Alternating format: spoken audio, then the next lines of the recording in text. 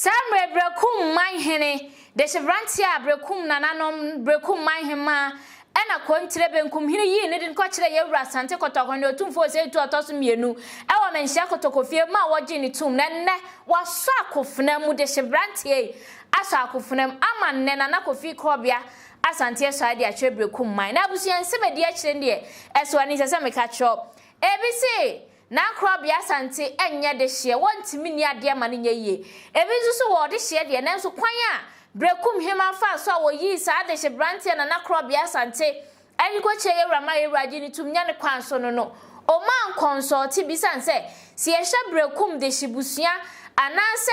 abusua dua na esi wona eye miensa nanso na Berekumhene ma ekoyie no no ane bo ni siremu a oka se de Chevrantia so mesi anase kofi krobia ono na mepe no ye bia bono a na Berekumhene ma wanyo obi ade antum amenne na Berekumhene de Chevrantia yi na Berekumhene no wasan akofrem asan de akire eye Berekumhene na busu ensem de akire ne beba ene ye de court injunction to so nanso o mantie o makoso ama na krobia Asante asan yesi entam da ho santam no still yen kanwie nanso o mahwe ama na krobia Asante asan enanso yebeti abakosem efa Berekum akonya no se aso Berekum akonya na krobia Asante o safata se odi akonya no anase woni eyemuhwe TV so meso so baso now don't sabo subscribe tem ne so dia ma me na fei o de adwenche na to comment section of fe dia ma ye na wa share video na modofobia nya bia twe so free Berekum na o de comment na to wo akire ye Berekum otena ho no mfie dodo sei nie na hema ne ho asem kakra wonim ena afa de Chevrantia yayi no nso ebia no ate ne ho asem kakra na wonim no nso waka ne ho asem e de akire ye enti yi a yayi ne waso akofra maso ai ne kra no Berekum man beje atum court ne nso beje atum ana abusia ene ya baba bedom siko na de wo bia no ye de aba besommo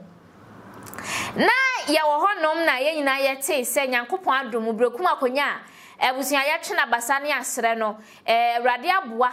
ama nananom adama ene na ahema ninim dia nananom ne Awurade dia ama no watimi akwa yi de Chevrantia de akoma yewura na ebusia nsam ne de ye bebre ekwan ye fa so yi de Chevrantia ne ho nsam ne matwamatwa ne de ko otwi ko bebraman na ebusia ye bebre na yeyi ni wie ye no ena sada no an yeyi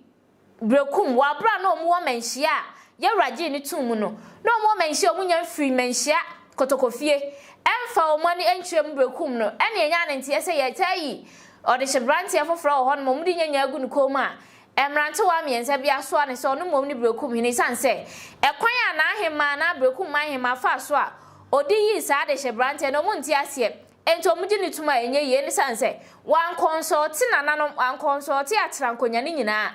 onya nipa ba ko mienu ta na chipe na ose meyi aso mesi ana obenten ne sanso de ye ni senye sanse nya amamre ne amane no enti de Chevrantia ne ye nyintum ti ni abenya eye Berekum ho na hemfufuo mienu amfuo mienu na nsa hwan ne ye gina tum hwan so na ye yi ne ato atwene ba de ye Europem so Asante Kotohene wa yi ne de abusuan okotere bese kra na wokwa yemfa eye anihanhane nso nkwa prekensi mafie enti na Berekumhene dodo na ase he omuche omutane betene ye pekra na na krobia Asante ono na Berekumhene pe no ono nso na ye wuraje na tum na ahema nso ayi no na kontre hin so de ne nhira nyina ata na chi enti wa wote nkyai to bobo park no so wo ne hwan na saba enti abusia ye wo honom na enne ena yewura esan ti onya nsan ye nenu ansem bebre na si akire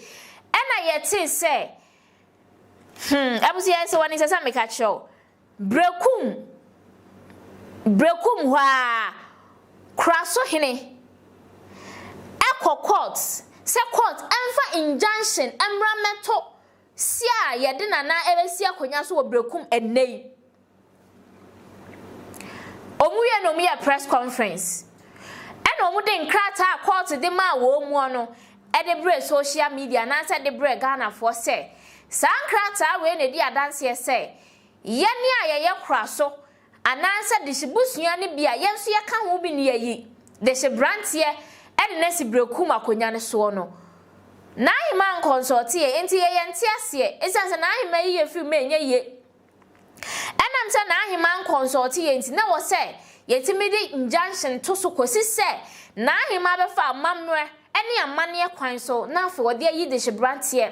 ewo eye abusuanim na wakwa akodi Berekum akonya no na abusua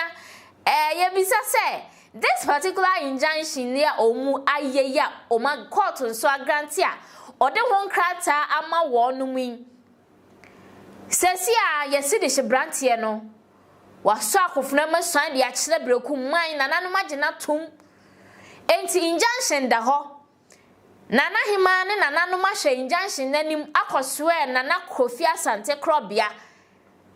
enti ni si a yesi enu yebegina tum but before that na busia court nsam ni eye injunction no mode to so no